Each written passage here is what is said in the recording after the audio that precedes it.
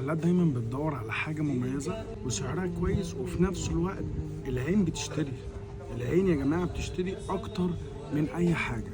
أنا جايب لك النهاردة كفر ورد، حاجة كده شياكة، جراب جميل جدا، متاح منه كل الأيفونات، لون، لونين، 3، 4، 5 دور.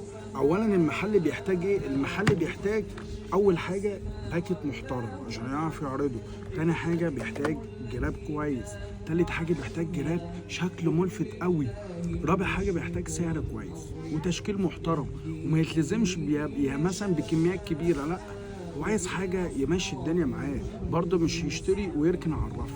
على محل بيقول لي اللي انا لقيت جراب عندك، جراب من ضمن الجرابات في السوق اغلى ب100 جنيه عن عندك. تخيل انت لما تنزل للسوق تحت وتجيب جراب اغلى من عندي ب100 جنيه، يعني انت لو تشتري 50 جراب فيهم حوالي مثلا 3750 ولا 3000، يا عم قول 3000 جنيه فرق عني وعنه. ال 3000 جنيه دول انت مش اولى بيهم كمحل؟